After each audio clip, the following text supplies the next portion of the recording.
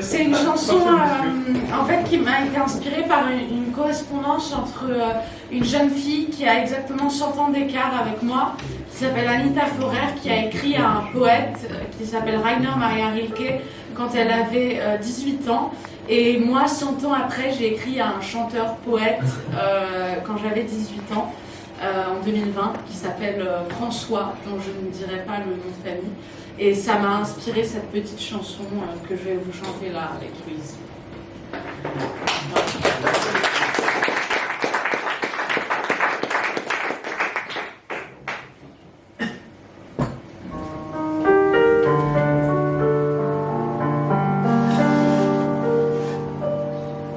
C'était une ado perdue qui n'avait comme repère que des phrases incongrues mêlées à quelques prières, mais n'était pas convaincue. Un jour elle l'entendit par hasard sur une place. Un jour elle l'entendit et se sentit pleine d'audace. Anita prit un stylo, écrivit quelques poèmes dans une si belle prose qu'on l'imagine avec des airs. Rainer, merci de m'écrire, je me sens bien ridicule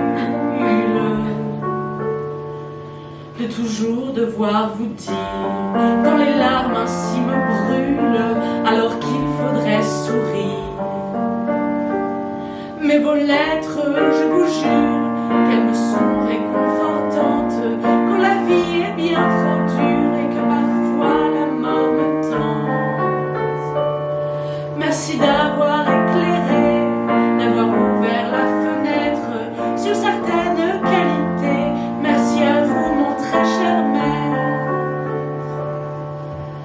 Mademoiselle Anita, je vous en fais la promesse. Je ne vous jugerai pas, recevez donc ma tendresse et lâchez ce désarroi. Vous êtes au commencement d'une vie pleine de charme, et ce n'est pas maintenant que vous allez baisser les armes. Tout est loin d'être fini, et vous en avez conscience.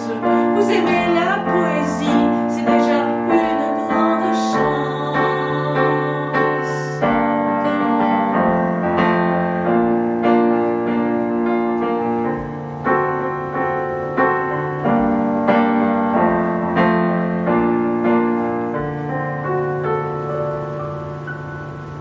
Ce n'était qu'épistolaire, et pourtant si angélique,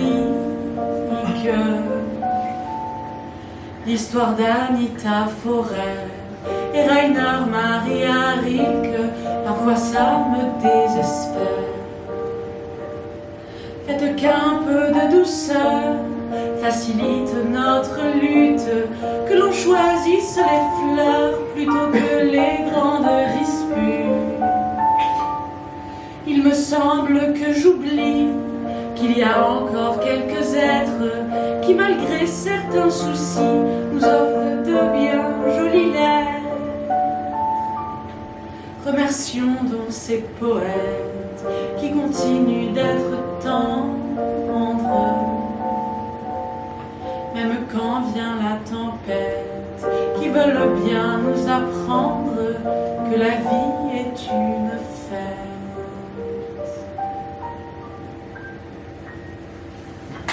Bravo, bravo.